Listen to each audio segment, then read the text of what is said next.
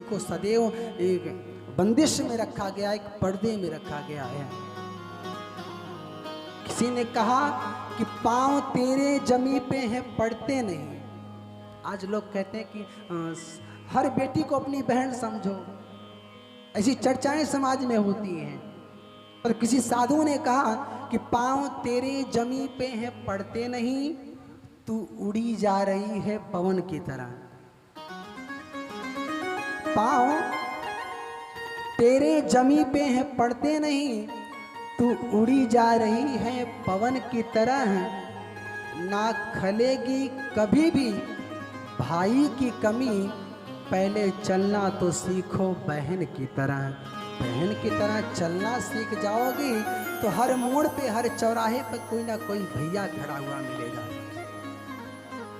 पर समय का चक्र, ज़्यादा क्या बोलना, आप सब समझदार हैं। बेटियों को ऐसी शिक्षा दें।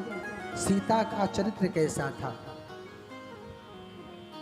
सीता जी को राम जी पसंद आ गए तो क्या किया? खुद से कुछ कदम उठाया नहीं, वो गौरी मैया के पास जाते।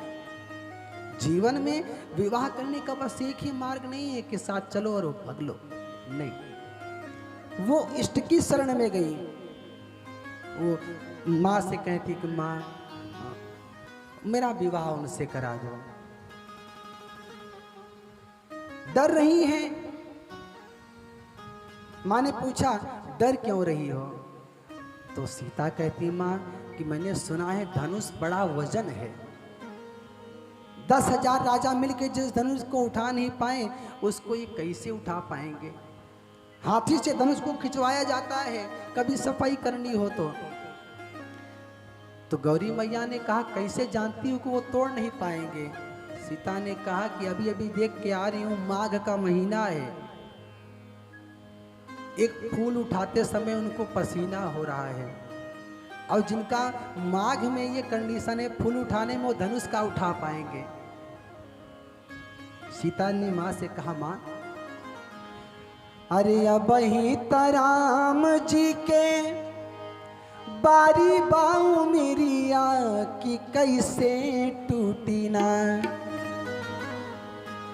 कि भारी शंकर के धनु हवा कि कैसे टूटी ना हो, कि कैसे टूटी ना। भारी शंकर के धनु हवा कि कैसे टूटी ना हो, कि कैसे टूटी ना। हाँ, अब ही राम जी के बारी बाऊ मेरिया कि कैसे टूटी ना हो, कि कैसे टूटी ना। भारी शंकर के धनु हवा कि कैसे टूटी ना हो, कि कैसे टूटी ना। भारी शंकर के धनु हिया कि कैसे टूटे ना, ये तो कैसे टूटे ना। इतना कहा तो माँ मुस्कुरा लेती है। माँ ने कहा बेटी मैं तुझे आशीर्वाद देती हूँ। क्या? मन जाहि राचो मिली सोवर सहज सुंदर सांवरो। मन में जिस वर की कल्पना आपने की है वो वर आपको मिलेगा। इसलिए मन मोरी बात बेटी जाहू अब घरवा कि राम मिली है ना हो, कि राम मिली है ना। ताली बजा के सब लोग। तोहरे मन के बसैया तोहे राम मिली है ना हो, कि राम मिली है ना। तोहरे मन के बसैया तोहके राम मिले है ना, तोहके राम मिले है ना। तोहरे मन के बसैया तोहे राम मिली है ना हो, कि राम मिली है ना। तोहरे मन के बसैया तोहके राम मिले है ना, तोहके राम मिले है ना। कहने का भाव, जीवन में बाहरी सुंदरता को बनाने का प्रयास मत करो। स्वरूप को संवारो, रूप को नहीं संवारो। रूप संवारोगे तो रूप का अभिमान हो जाएगा, और रूप के अभिमान में आए दिन कोई ना कोई घटनाएं घटित होती रहती हैं। बाहरी सुंदरता बहुत आवश्यक नहीं है। आज है सुंदरता, कल रहेगी कि नहीं कोई गारंटी है?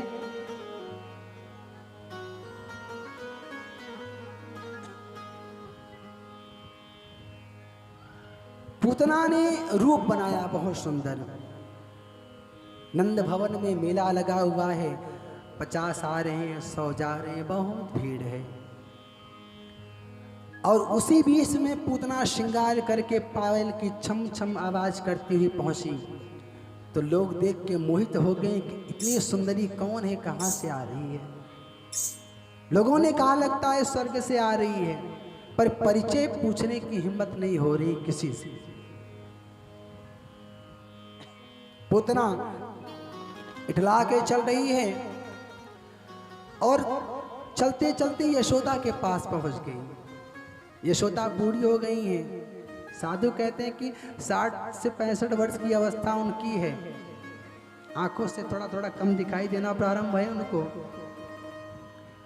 पूतना आई, सखी मुझे पहचानी नहीं। अब यशोदा पहचान तो नहीं रही है, पर विचार किया अगर कह दूंगी नहीं पहचान रही हूं तो कष्ट होगा। वो क्या सोचेगी, होगी कोई सहेली पुरानी। कई बार ऐसा हमारे साथ भी होता है कि ऐसे राह चलते कुछ लोग मिल जाए, महाराज जी पहचाने? हमने कहा जी जी जी। अब नहीं जान रहे हैं, लेकिन अब उनका मन रखने के लिए थोड़ा बोलना पड़ता है, तो उतने से वो प्रसन्न हो जाते हैं, महाराज जी पहचान रहे हैं। बाद में फिर चर्चा होती तो अच्छा नंबर आपका, क्या नाम लिख दें, तो ये तो तब मालूम चल जाता है कि हाँ ये है। तो यशोदा ने विचार किया कि पूछूंगी कौन है तो हो सकता है बुरा लग जाए। सखी अच्छा कि तू आ गई, मैं तुझे याद भी कर रही थी, यशोदा ने कहा। पूतना ने कहा कि सखी मुझे भगवान ने वरदान दिया है क्या, जिस लाला को अपना दूध पिलाऊंगी उस लाला की उम्र बढ़ जाएगी। इतना कहा तो यशोदा ने कहा कि हमारे लाला की उम्र बढ़ जाए, इससे अच्छी हमारी क्या कल्पना हो सकती है। तो सच कह रही है, पालने में झूल रहा है। और पूतना पहले तो नाच गान करती है। आपने फिल्मों में देखा होगा कि अगर इस तरह का कुछ रहता है तो पहले नाच गान होता है, उसी बीच में कुछ कांड हो जाता है। तो ठीक उसी प्रकार कन्हैया लेटे हैं, पूतना नाच गान कर रही है कि चलो देखे आई सखी यदुवीर झूलनवा झूल ही रहे। वो झूल रहे हैं, 4 सखियों को लेके नाच गान कर रही है। और नाचते नाचते अचानक पालने तक पहुंच जाती है।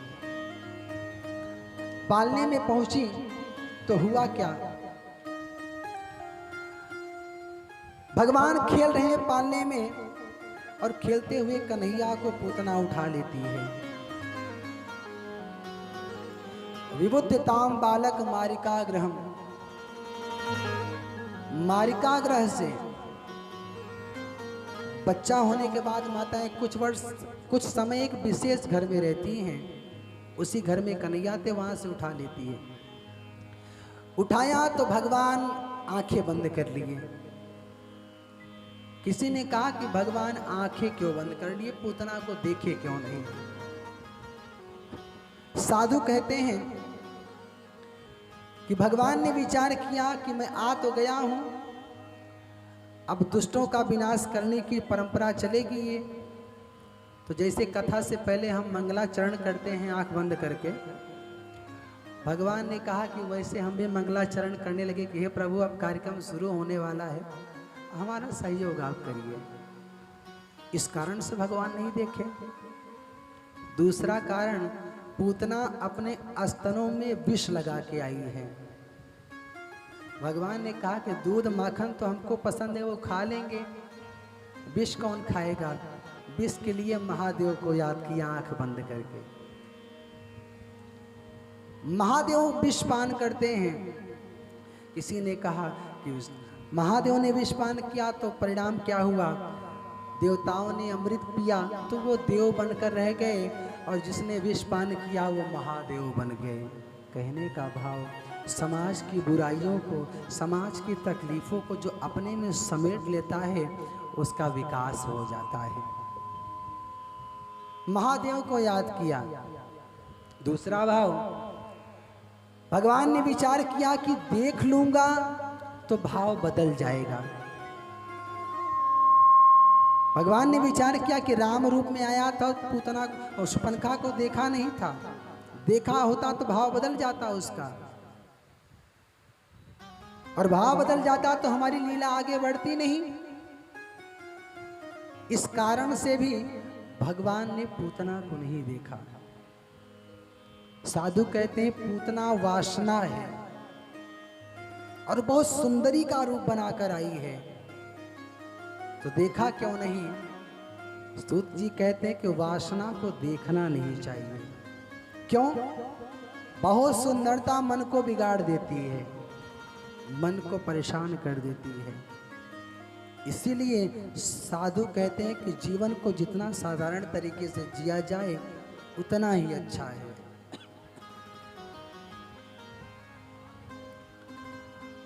और पूतना ने भगवान को गोदी में लिया और धीरे से अपना स्तन भगवान के मुख में रख दिया। भगवान थोड़ी समय तक तो लीला किए, पर एक स्थिति ऐसी आई कि भगवान दूध के साथ साथ पूतना के प्राण का पान करने लगे, पूतना का प्राण हरण करने लगे। और जब प्राण हरण करने लगे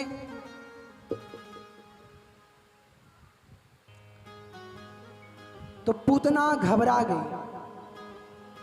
पूतना को लगा कि मेरी मृत्यु हो जाएगी, अब छुड़ाने का प्रयास कर रही हैं, पर भगवान छोड़ नहीं रहे हैं। भगवान ने पूतना से कहा कि मौसी, पहले तो मैं किसी को पकड़ता नहीं हूँ, और जिसको एक बार पकड़ लेता हूँ उसको छोड़ता नहीं है। भगवान कहते हैं कि पहली बात तो मैं किसी को पकड़ता नहीं हूँ जल्दी, और जब पकड़ लिया तो कुछ भी हो, लगन तुमसे लगा बैठे, जो होगा देखा जाएगा। कभी ये ख्याल था दुनिया हमें बदनाम कर देगी, भक्ति करने चलोगे तो बदनाम करने वाले बहुत मिलेंगे, अच्छा काम करने चलोगे तो परेशान करने वाले बहुत मिलेंगे, पर कुछ बुरा काम करने चलो तो सहयोग देने वालों की संख्या ज्यादा हो जाती है। तो साधु कहते हैं कभी ये ख्याल था दुनिया हमें बदनाम कर देगी, पर अब क्या हुआ, शर्म हम बेच खा बैठे, जो होगा देखा जाएगा। तो ये कहिए नहीं, जीवन में उसको उतारिए कि भगवान का भजन करेंगे, चाहे सास कुछ कहे चाहे पति कुछ कहे, भजन करेंगे। थोड़ा समय निकालिए परमात्मा के लिए भी। प्राण खींचने लगे तो पूतना भगवान को लेकर आकाश में उड़ जाती है, अपने वास्तविक स्वरूप में आ जाती है। भगवान ऊपर से सबका घर देख रहे हैं कि राधा का घर है, ललिता का है, विशाखा का है, मुदमंगल का है। भगवान ने विचार किया कि आगे माखन चोरी की लीला करनी है, घर देखा रहेगा तो चुराने में आसानी होगी। मामा जी ने गजब का एक विमान भेजा है हमारे लिए। अब पूतना बार बार छुड़ाने का प्रयास कर रही है, पर भगवान छोड़ नहीं रहे हैं। सूत जी कहते हैं भगवान ब्रज से, नंदगांव से किनारे पूतना को लेकर जाते हैं, और एक स्थिति ऐसी आती है कि भगवान दूध पान करते करते पूतना के प्राण का पान कर लिए। बोलिए कृष्ण कन्हैया लाल की जय हो। पूतना के प्राण का पान किए भगवान, पूतना का प्राण निकला, शरीर धड़ाम करके नीचे गिरा। सूत जी कहते हैं पूतना का शरीर 6 कोस अर्थात 18 किलोमीटर की एरिया में गिरा, इतना बड़ा उसका शरीर था। अब सारा उत्सव बंद हो गया, कन्हैया कहाँ गए ये ढूंढने के पीछे सब परेशान। यशोदा का रो रो के बुरा हाल कि पैदा हुआ नहीं, समस्या हो गई, वो जो देवी आई थी कहाँ लेके गई मेरे बालक को। सब सब ग्वाल बाल कन्हैया को रोता बिलखता ढूंढ रहे हैं। गांव से किनारे पहुंचे तो क्या देखे, पूतना का विशाल काय शरीर पर्वत की भांति गिरा हुआ था और पूतना के हृदय पे भगवान क्रीड़ा कर रहे थे। ऊंचाई ज्यादा है, ये हुआ कि वो नीचे कैसे आएंगे। सीढ़ी मंगाई जाती है, 2-4 सीढ़ी जोड़ी जाती है, शरीर से सीढ़ी लगाई गई, ऊपर जाते हैं, ग्वाल बाल कन्हैया को उठा के लेके आते हैं।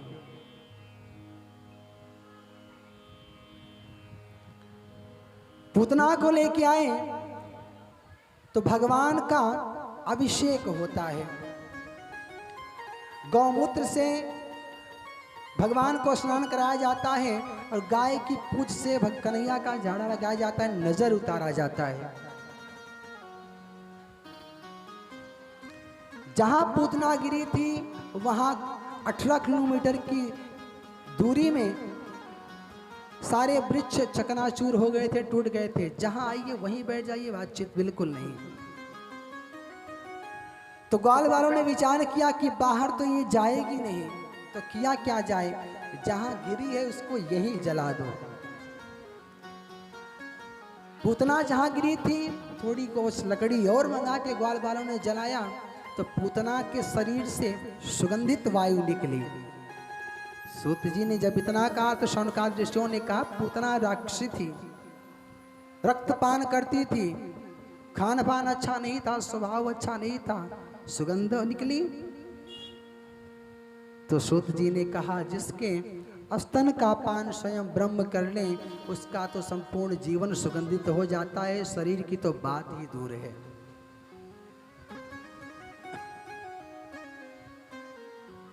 भगवान सुखदेव कहते हैं कि हे राजन, पूतना में एक भी गुण नहीं था।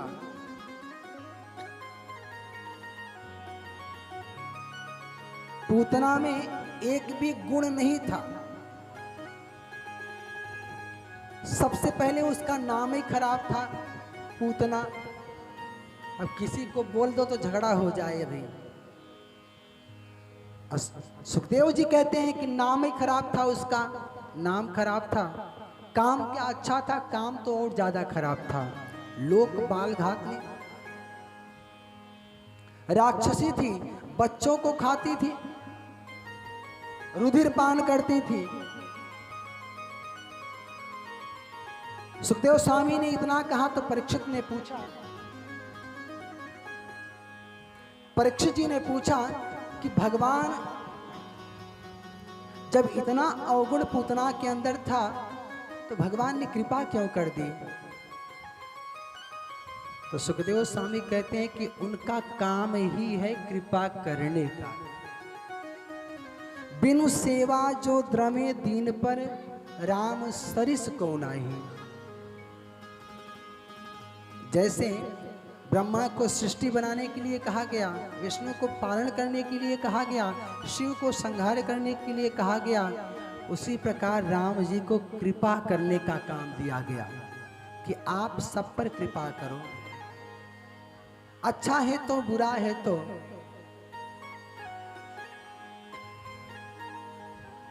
कृपा के लिए कहा गया। साधु कहते हैं कि कृपा की उनकी आदत हो गई है। अगर कृपा की आदत नहीं होती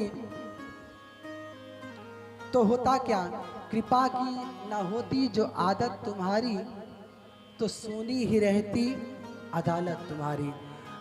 साधु कहते हैं अगर उनको कार्य ही दिया गया है कृपा करने का, कृपा करना उनके स्वभाव में है।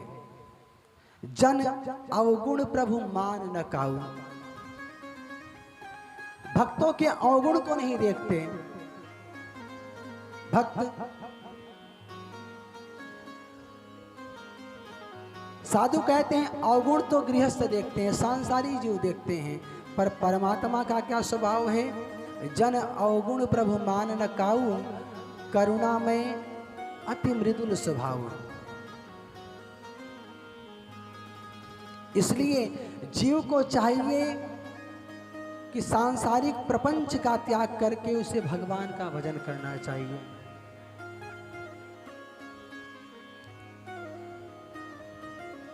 तो भगवान ने पूतना पर कृपा की।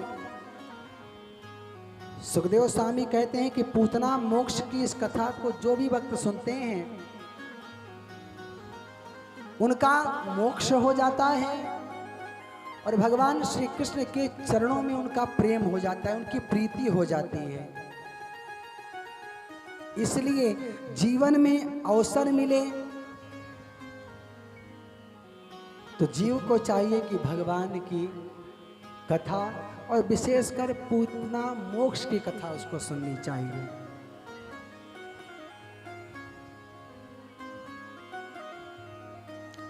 धीरे धीरे समय आगे बढ़ा।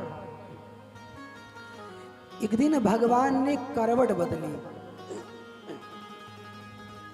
यशोदा को बहुत समय बाद बच्चा हुआ है, बालक संतान का सुख मिला है, तो संतान के हर एक सुख का आनंद वो ले रही हैं। करवट बदला तो यशोदा ने सारे नगर में एक दुहाई भिजवाई, क्या कि कन्हैया ने करवट बदला है, उस उपलक्ष्य में मैंने घर पे एक आयोजन किया है और उसमें सबको आना है। सारी सखियों को यशोदा ने बुलाया तो कन्हैया सो रहे थे। यशोदा को लगा कि नाच गाना होगा, जग जाएंगे, इसलिए बाहर एक बैलगाड़ी रखी थी, उसके नीचे कन्हैया का पालना रख दिया गया। नाच गाने में सब मस्त हो गई। उधर कंस को मालूम चला कि पूतना मर गई है, तो सकट भंजन एक राक्षस है, वह कन्हैया को मारने के लिए आता है। सारे ग्वाल बाल सारे गोपियां नाच गान में मस्त हैं और कन्हैया बैलगाड़ी के नीचे हैं, उस पर वो बैठ जाता है और अपना वजन बढ़ाना प्रारंभ करता है। कन्हैया को मालूम चल गया कि मामा ने दूसरी मिसाइल हमारे खातिर भेजी है, अब हमको तो कल्याण सबका करना है, अब एक आए एक जाए। तो जैसे छोटा बच्चा पालने में लेटा है तो पाँव ऊपर करके थोड़ा साइकिलिंग करता है, थोड़ा चलाता है साइकिल इस तरह से, कभी कभी लात भी मारता है ऊपर। ठीक उसी प्रकार कन्हैया सो तो रहे थे, जब मालूम चला कोई ऊपर है तो मुक्त करना है। मुक्त कैसे करूं? जिन चरणन से निकली, भगवान के चरण से जो मुक्त हो जाए वो राक्षस हो ही नहीं सकता, वो तो साधु है। इसी चरण का रज पाने के लिए अहिल्या कितने वर्षों तक तपस्या में रही, पाषाण बनी रही। अहिल्या के मन में बड़ी वेदना थी कि मेरा अपराध क्या था, कभी वो मिलेंगे तो पूछूंगी, पर भगवान ने अपना चरण छुआया, रज मिली अहिल्या को, तो परषद पद पावन शोक न सावन प्रकट भई तप पुंज सही। प्रकट हुई, सामने भगवान को देखा तो मोहित हो जाती है। अहिल्या कहती है कि जिस श्राप के परिणाम स्वरूप मुझे परमात्मा के दर्शन हो जाए, ऐसा श्राप मैं जन्म जन्मांतर स्वीकार करना चाहूंगी, जिस श्राप के परिणाम स्वरूप मुझे भगवान के दर्शन हो जाए। भगवान ने अहिल्या से कहा कि मैं बड़ा प्रसन्न हूं, तुम वरदान मांगो, वर मांगो जो मांगना है। अहिल्या कहती है मुझे वर नहीं चाहिए, तो मुझे मेरे वर के पास आप भेज दीजिए, बड़ा बिछो हुए बहुत समय उनसे हो गया। जीवन में प्रेम, एक पति ने शाप दे दिया है, पत्थर हो गई है, जीवन का बहुत समय पत्थर बने बीत गया, और आज जब भगवान आए तो प्रेम कम नहीं है। भगवान ने कहा वर मांगो, अहिल्या कहती वर नहीं चाहिए, मुझे मेरे वर के पास भेज दो। तो करुणा सागर ने ऐसी कृपा की, गई पति लोक आनंद भरी, पति के धाम जाती है। माताएं अंदर नाच गान कर रही हैं। अचानक भगवान ने बैलगाड़ी पर लात मारी, बैलगाड़ी घूमती हुई आकाश मंडल में जाके दूर गिरती है। जोर की गर्जना की आवाज आई, नाच गान स्थगित हो जाता है, रुक जाता है। यशोदा गोपियां सब बाहर आती हैं। यशोदा ने देखा बैलगाड़ी के नीचे था, लाला तो है पर बैलगाड़ी कहाँ गई। अब सब परेशान कि बैलगाड़ी ऊपर कैसे गई। एक ग्वाल ने कहा कि मैया तेरे लाला ने जोर की लात मारी, और बैलगाड़ी ऊपर जाके गिर गई। यशोदा ने कहा सुबह सुबह तेने भांग पी रखी है का? यशोदा ने कहा कि भांग खा रखी है का? छोटा सा लाला इतनी बड़ी बैलगाड़ी के ऊपर कैसे फेंक सकता है? ग्वाले ने कहा मां मैं सच कह रहा हूं, तेरे लाला ने ये किया। यशोदा मानने को तैयार नहीं। क्यों? ये घटना क्यों घटी? यशोदा का महल तो बड़ा है, पर भगवान के लिए ये हम लोगों के लिए घटना घटी है। हम लोग घर बनाते हैं, अगर कन्हैया घर में होते तो क्या ये घटना घटित होती? इसीलिए कभी घर बनाइए तो एक रूम भगवान के लिए भी बनाइए। ये घटना होती ना, ये घटना होने का बस एकमात्र उद्देश्य है कि जीवन में आप अपने लिए बहुत अच्छा बेडरूम बनाते हैं, डाइनिंग रूम बनाते हैं, हॉल बनाते हैं, किचन बनाते हैं, पर एक विशेष रूम भगवान के लिए बनाइए जहां शाम को परिवार के जितने लोग बैठे हों सब लोग साथ में बैठ के भगवान की आरती गा दें, भगवान का कीर्तन कर दें और भगवान को ये धन्यवाद दें कि हे प्रभु आपने हम सबको सुरक्षित रखा है, हम आपकी शरण में हैं, अपनी कृपा दृष्टि सदैव हम पर बनाए रखिएगा। ऐसा होना चाहिए कि नहीं? अच्छा, कितने लोगों के घर में भगवान का रूम है? तो हाथ उठा के बताइए, सही सही बताइएगा। यहाँ झूठ बिल्कुल नहीं, देखा देखी हाथ न उठाए रहे कुछ ना। अंकुर भैया हैं, एक भैया पीछे हैं, ये माता जी भी, अरे हम देख रहे हैं।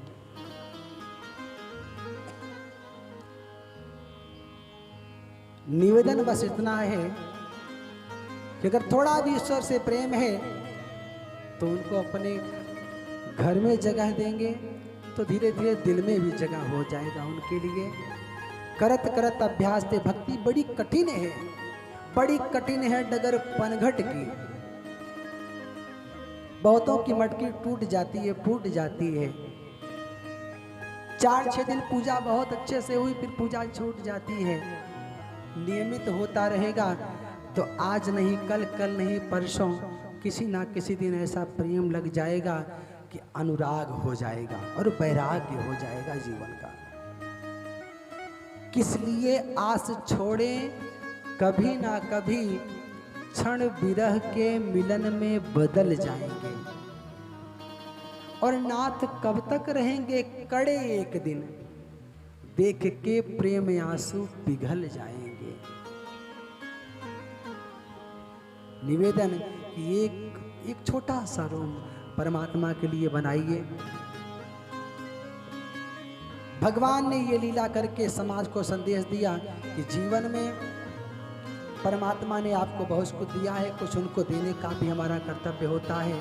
तो क्या किसी ने कहा कि इंसान को किसने बनाया? साधु कहते हैं भगवान ने। तो भगवान को किसने बनाया? साधु कहते हैं कि इंसान ने। हमें आप तो उनको मानते हैं नहीं तो उनकी सत्ता क्या है? कोई बेटा मान लेता है, कोई पिता मान लेता है, कोई स्वामी मान लेता है, कोई सखा मान लेता है। बहुत से संबंध, मैंने कहा कि 4 प्रकार से संबंधों से बन सकते हैं। साक्य भाव, दास्य भाव, माधुर्य भाव और वात्सल्य भाव। 4 प्रकार से आप उनसे जोड़ सकते हैं। किसी एक, मैंने कहा भीष्म ने अर्जुन से कहा, अर्जुन आप रो रहे हो, जरूरत नहीं है रोने की। क्यों? जिनका एक संबंध इनसे बन जाता है उनका कल्याण हो जाता है। आपके तो कई संबंध हैं, मामा के लड़के हैं, आपके सखा हैं, इनकी बहन से विवाह किया है, और साले हैं आपके, रथ चलाया है, स्वामी बन के ये सेवक हैं आपके, गीता का ज्ञान लिया है, कभी गुरु बनाया, शिष्य बन गए।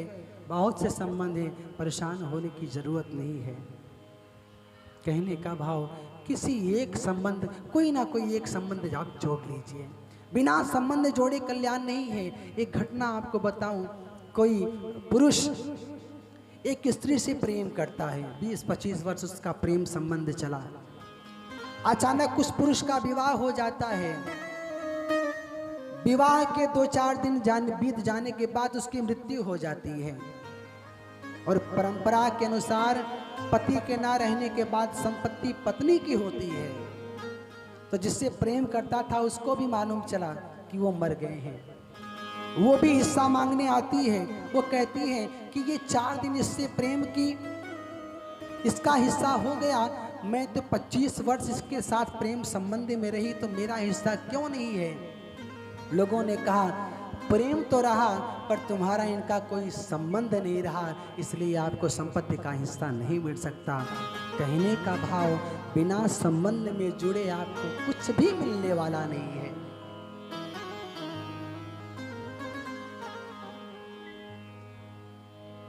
तो जीवन में संबंध जोड़ लेंगे तो आनंद हो जाएगा।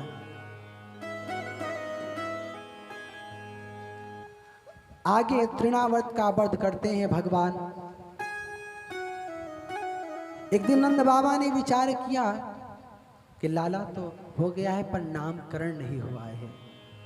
और बिना नामकरण के माँ कन्हैया थोड़ा सांवले थे तो कलुआ बुलाया करती थी, सांवले हैं।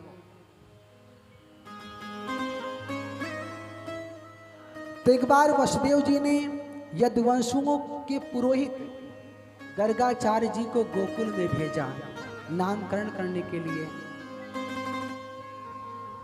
नंद बाबा को मालूम चला गर्गाचार्य आए हैं, जाते हैं प्रणाम करते हैं, महाराज 2 बच्चे हैं, समय ज्यादा हो गया, नामकरण नहीं हुआ है।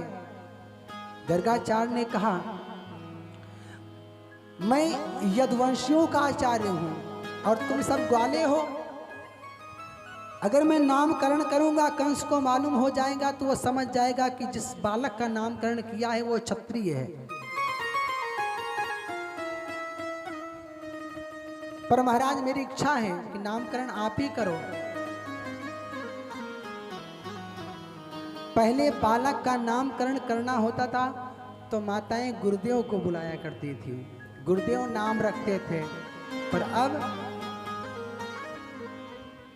पिक्चर में जो नाम देख लिया, बच्चा पेट में आया नहीं कि नामकरण हो गया, लड़का होगा तो ये नाम, लड़की होगी तो ये नाम, नेट पे सर्च होने लगा ये नाम, फिर वही रिंकू टिंकू टोनी, यही जो फालतू के नाम होते हैं वही रखे जाते हैं। बच्चों का नाम सदैव भगवान के नाम से जोड़ के रखिए, मैंने कल की कथा में ये बताया है।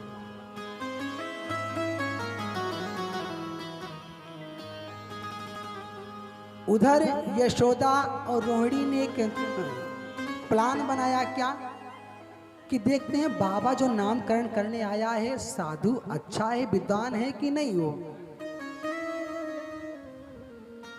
तो किया क्या, यशोदा ने रोहिणी के पुत्र को ले लिया और रोहिणी ने यशोदा के पुत्र को ले लिया। परीक्षा करना चाहती हैं कि जो ये साधु अच्छा है कि नहीं। अगर अच्छा विद्वान होगा तो जान जाएगा कौन किसका बालक है। दोनों माताएं लाला को लेके बैठती हैं। अब गर्गाचार्य जी ने देखा तो मंद मंद मुस्कुराने लगे कि माताओं का क्या भोरा स्वभाव।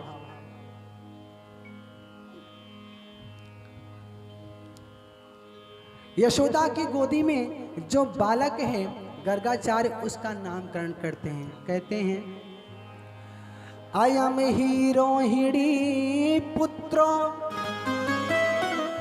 रामायण सुहृदय गुणे आख्यास्थते राम इति बलाधिक्यादि बलम विदुः।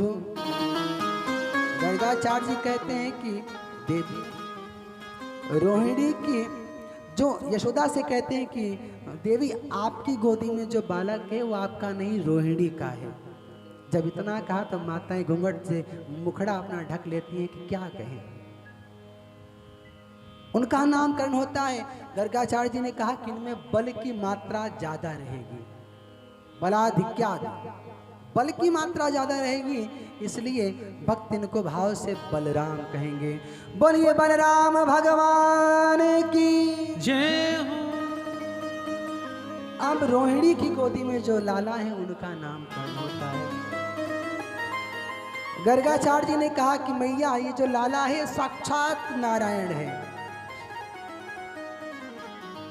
फिर भी विचार आया, अरे ये क्या बोल रहा हूं, तो कहा नहीं, नारायण जैसी गुण इसके अंदर होंगे, नारायण समा गुण है इसके अंदर, नारायण जैसे गुण होंगे,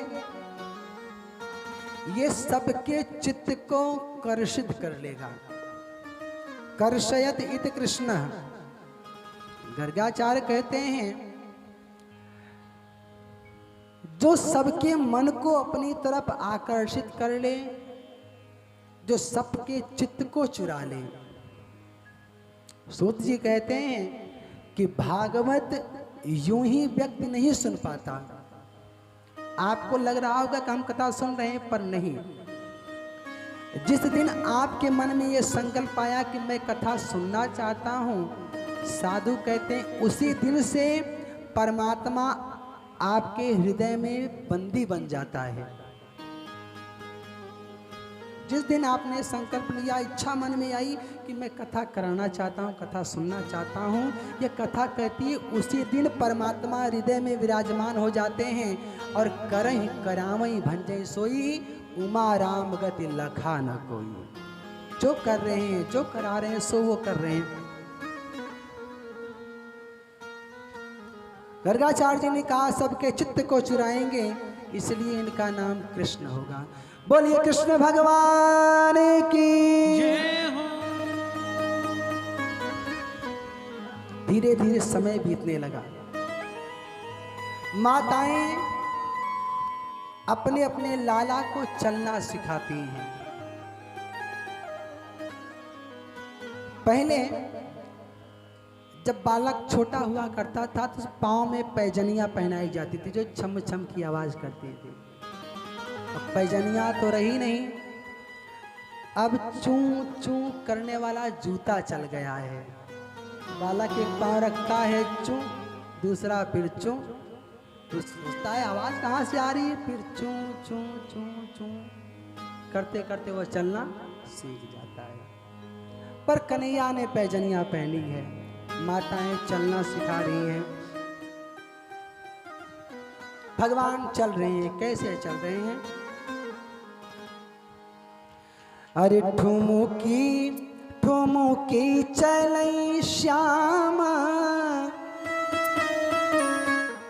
बहुत नीक लागई हो। रामा बिखरी है सिर की झलरिया, नयन बड़ा सुंदर हो। रामा बिखरी सब लोग ताली बजा के गाइए भाव से। सर की झलरिया, नयना बड़ा सुंदर हो।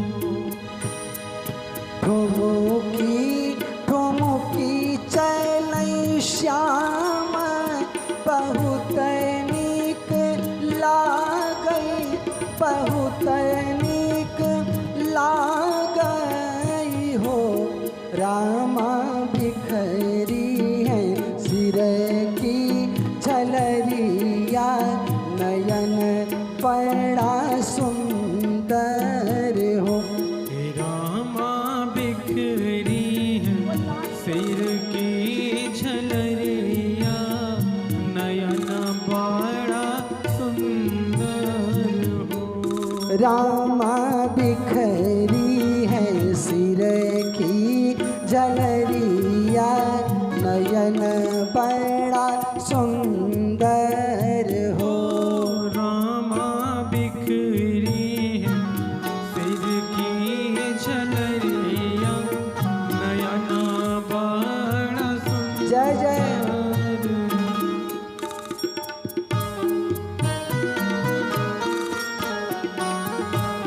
बोलिए कृष्ण कन्हैया लाल की।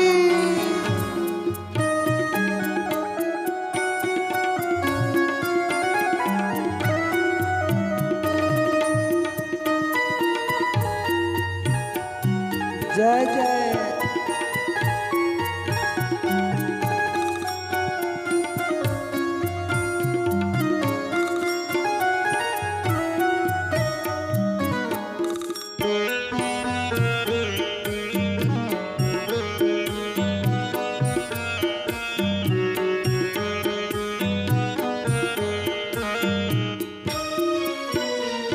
श्याम जी के मोहनी मूर्तिया बसोहनी सुरतिया बसोहनी सुरतिया नु हो। सब लोग गाइए भाव से। मूर्तिया बसोहनी सुरतिया बसोहनी सुरतिया हो। रामा देखी देखी जिया हर साई बहुत सुख पाई नु हो।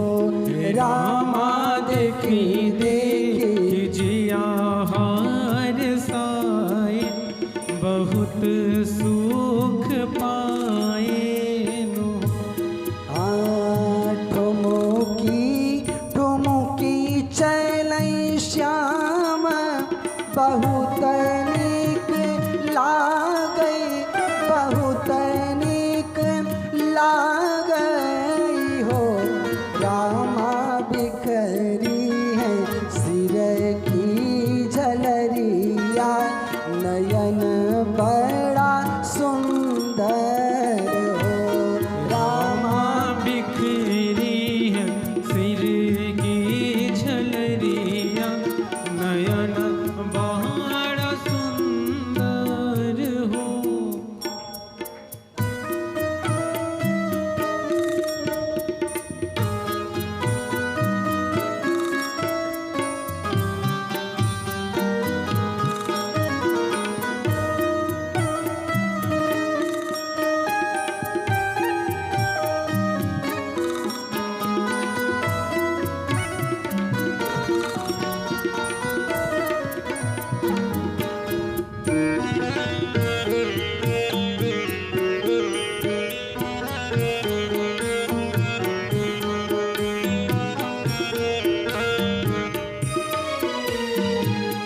एक दिन भगवान यशोदा मैया के पास आते हैं, माँ से कहते हैं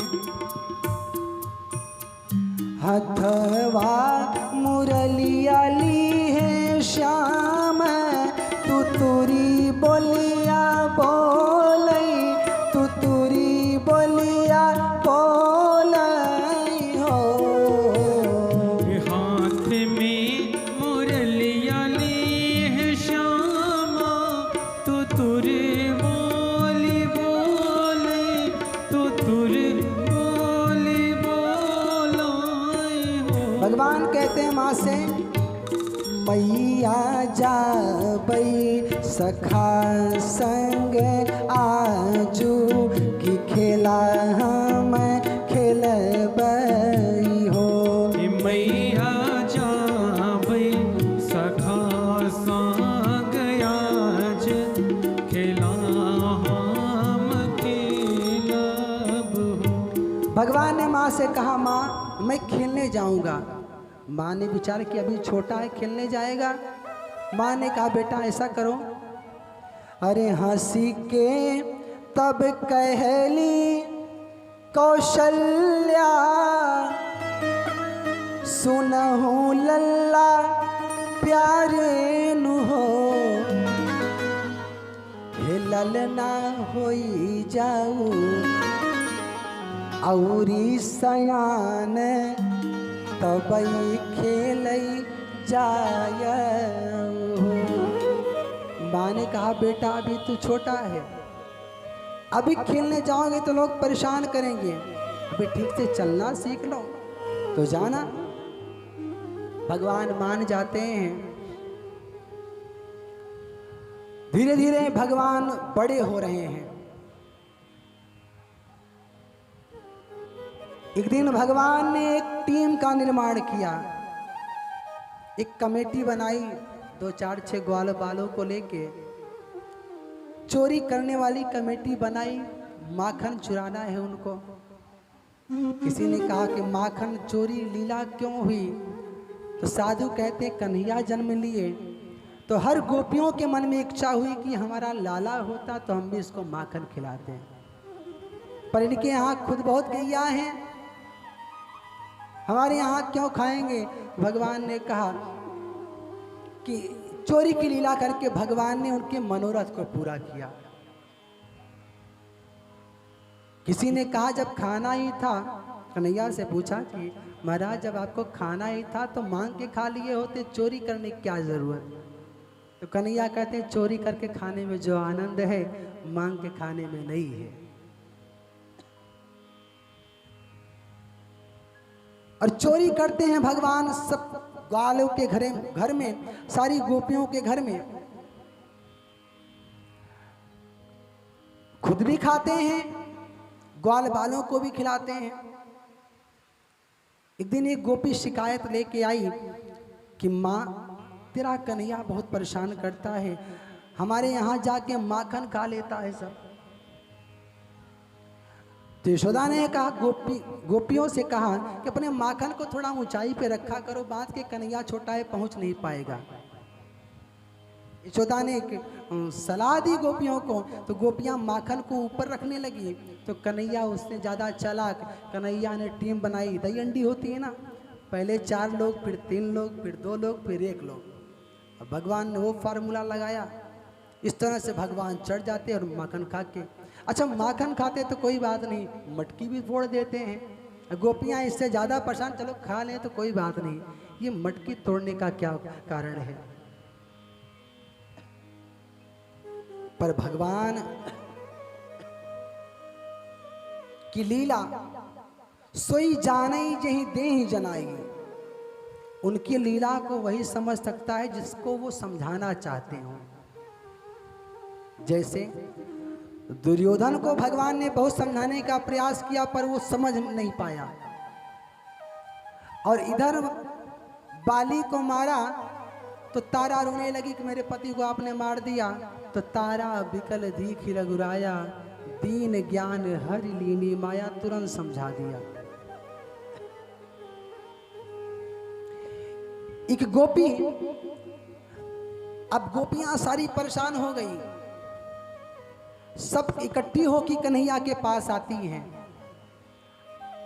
बहाना है उलाहना देने का, पर सच बात तो ये है कि इच्छा है दिन रात कन्हैया को देखती रहें, इतना सुंदर है।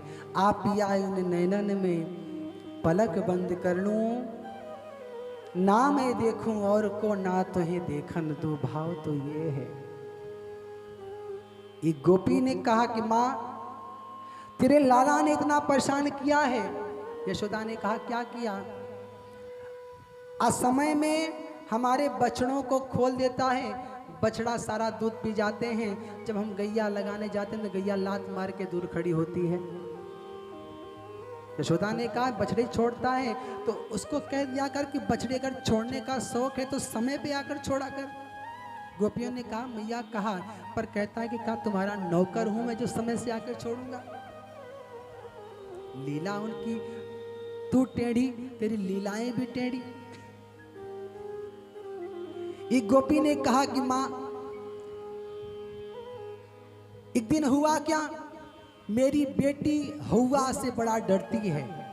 एक दिन माखन खाने गया, माखन घर में मिला नहीं, मैंने बेच दिया। तो गुस्सा आया उसको, मेरी बिटिया खटिया पे लेटी थी तो किया क्या, उसकी चुटिया खटिया की पटिया से बांध देता है और कान में जोर का हुआ बोल के भगा और बेटी को लगा कि हुआ आ गया। बेटी उठे तो चोटी बनी पड़ी है, बिटिया को लगे कि सही में हुआ ने पकड़ लिया है, उसके प्राण जाते जाते बचे। एक गोपी ने कहा कि माँ एक दिन तो बहुत हद कर दिया इसने। क्या, पति के साथ लेटी थी मैं, मेरी चोटी पति की दाढ़ी से बांध दिया और कहा घर में चोर आया है उठो, और पति अलग उठे मैं अलग उठी। तो हुआ क्या, बाल तो मेरा सलामत रह गया, पति के बाल दाढ़ी के चले गए। बहुत परेशान किया है। सब अपनी अपनी बात यशोदा से रखती हैं, पर सत्य बात तो ये है कि बहाना तो एक उलाहना तो एक बहाना है, पर भाव है कि कितना समय कन्हैया को देखती रहूं। एक गोपी रो रही है, कुछ कह नहीं रही है। मां ने पूछा तेरी भी कुछ शिकायत है कि यूं ही आई है बावरी। गोपी रो रही है। यशोदा ने पूछा कि तेरा भी कुछ चुराया है? उस गोपी कहती है कि माँ, पहले माखन चुराते थे और अब उनकी चोरी बदल गई है। अब क्या करते हैं, अब तो वो दिल भी चुराने लगे हैं। पहले तो माखन चुराया करते थे, पहले मैंने पीछे कहा कि वो चित चोर हैं, जिसको एक बार निहार लेते हैं उसका भाव बदल जाता है। राम जी खिचड़ी खाने बैठे हैं जनकपुर में, माताएं गारी गा रही हैं, इच्छा है कि एक बार गरियाएंगे इनको तो एक बार हमको देख लेंगे। माताएं गाली गाती हैं कि जादू बाटे इनके घरनवा में। राम जी को गाली गाती हैं, अरे जादू बाटे इनके घरनवा में, जादू बाटे इनके घरनवा में, जादू बाटे दुल्हा के घरनवा में, जादू बाटे दुल्हा के घरनवा में, जादू। इनकी अम्मा के चाल, इनकी बहिनी के चाल, बातें करती कमाल, जादू। भरत जी से कहती हैं, भरत लाल के अम्मा कहाँ वे, अंगुरी पे रथ के चक्का चलावे, खीर खाई के लड़का होवा में, जादू। अब राम जी को लगा कि क्या गा रही है। राम जी देखना चाहते कि कौन ये गा रहा है, और देखा तो जो राम जी को गाली गा रही थी भाव बदल गया, जनक जी को गाली देने लगी। सब भाव बदल गया उनका। एक सखी कहती है कि सखी एक दिन घटना घटी, राज की बात कहो सजनी, मड़वा में भयो एक कौतुक भारी। जब बारात चली गई तो सखियां आपस में चर्चा करती हैं विवाह की, कि उस समय सखी याद है क्या हुआ था। क्या? राज की बात कहो सजनी, मड़वा में भयो एक कौतुक भारी। और जेवन बैठे बराती सभी, तब नारे चढ़ी मिथिले से अटारी। और राम को रूप निहारत ही, मोह गई सब गावन हारी। भूल गई अवधेश को नाम, दशरथ का नाम भूल गई, और देने लगी मिथिलेश को गाली। जनक जी को गाली देने लगी। जनक जी को गाली देती है क्या? अरे हमरे मिथिला नरेश आजू गए बौराई, वो त गए पगलाई, जौन सीता जी के हाथ इने दिहले थमाई, जादू। पहले गा रही थी घरनवा में, अब गाने लगी, अरे जादू बाटई इनके चरणवा में, जादू। जादू बाटई इनके चरणवा में, जादू। ओ जादू बाटई दुल्हा के चरणवा में, जादू। ओ जादू बाटे दुल्हा के चरणवा में, जादू। माताएं कहती कि राजकुमार नहीं जादूगर हैं। जनक जी की मति मारी गई थी जो इनसे विवाह कर लिया। एक सखी ने कहा जादूगर हैं, क्या जादू किया? सखी कहती है, अरे राह चलत कौतुक दिखलावे, काकर पाथर के मेहरी बनावे, जादू। अहिल्या पत्थर थी, उसको नारी बना दिया, जादूगर नहीं तो क्या है? अरे जादू बाटइन के शरणवा में, जादू। तो भगवान गोपी कहती है कि पहले तो ये दही माखन चुराया करते थे, पर आजकल चोरी बदल गई है। क्या? दिल चुराने लगे हैं। सखी कहती है, वो श्याम माखन चुराते चुराते श्याम माखन चुराते चुराते अब तो दिल भी चुराने लगे हैं, अब तो दिल भी चुराने लगे हैं, अब तो दिल भी चुराने लगे हैं, अब तो दिल भी चुराने लगे हैं। श्याम माखन चुराते चुराते, श्याम सब लोग तारीफ का गई भाव से चुराते, बोलिए सब लोग। श्याम और तेज से झगड़ा करे कोई 4 गांव तक आवाज जाई, हमके पता है। श्याम माखन अब तो दिल भी चुराने लगे हैं, अब तो दिल भी चुराने लगे हैं, ओ अब तो दिल भी चुराने लगे हैं, अब तो दिल भी चुराने लगे। जय जय।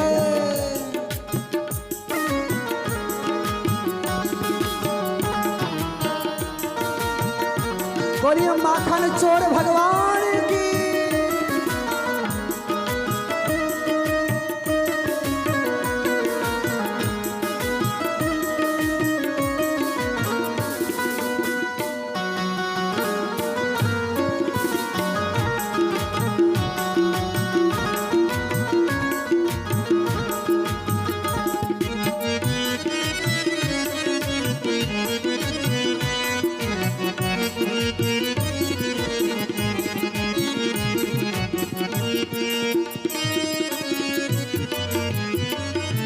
गोपियां कहती हैं पहले गऊ में चराते थे वन में, मस्त रहते थे मुरली की धुन में हो।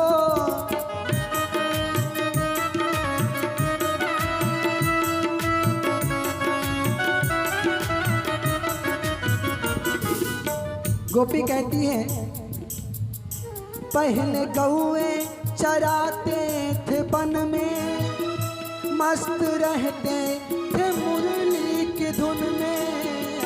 पहले गौवे चराते थे वन में, मस्त रहते थे मुरली की धुन और अब क्या हुआ, अब तो ग्वालों की टोली बना के, अब तो ग्वालों की टोली बना के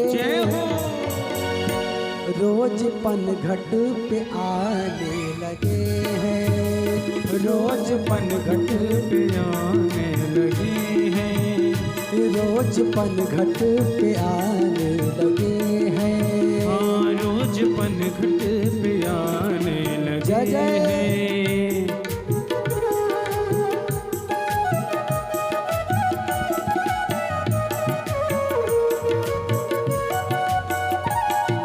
हरि बोल।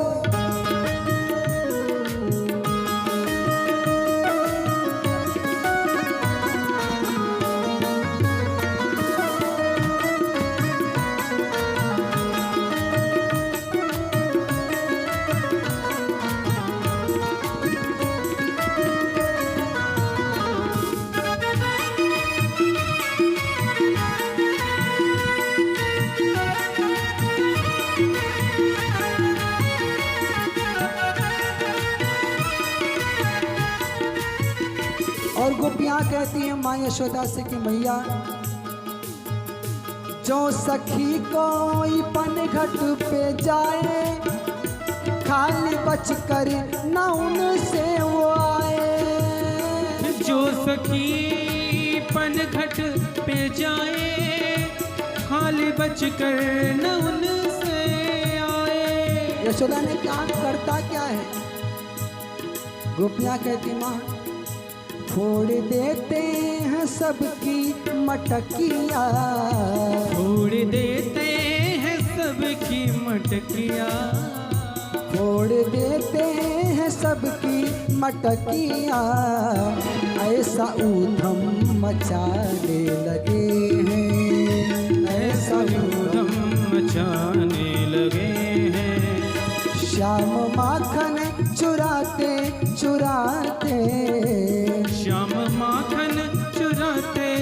चुराते, अब तो दिल भी चुराने लगे हैं, अब तो दिल भी चुराने लगे। जय जय